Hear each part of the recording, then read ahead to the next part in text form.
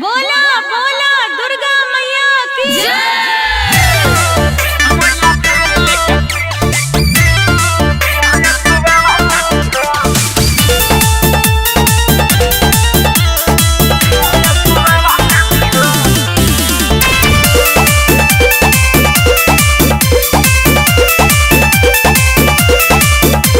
सजल बा पंडाल सबसे भारी हो गइल कुल तैयारी हो।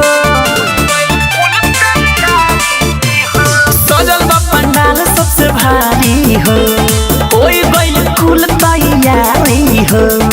भक्तन के खुशी बढ़ावतारी हो।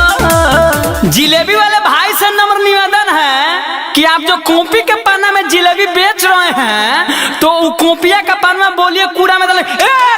फोकस कीजिए, शेर वाली माई आ रही है, फोकस कीजिए, फोकस कीजिए। मैया शेर लेके फेरे असुरा बताती हो। मैया शेर लेके फेरे असुरा बताती हो।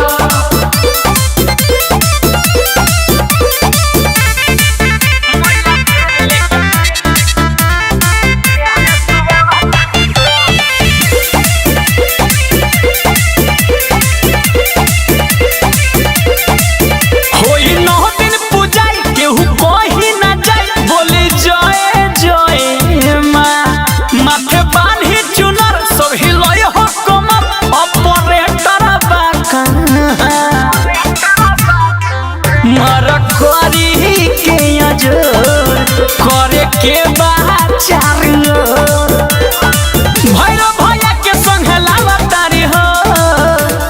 पंडित जी, हाँ आप ही से बोल रहे हैं। वो जो दिया जल रहा है ना उसमें घी डलवा दीजिए पंडित जी। मैया शेर लेके फेर लावतारी हो। मैया शेर लेके फेरे असुरा बताती हो।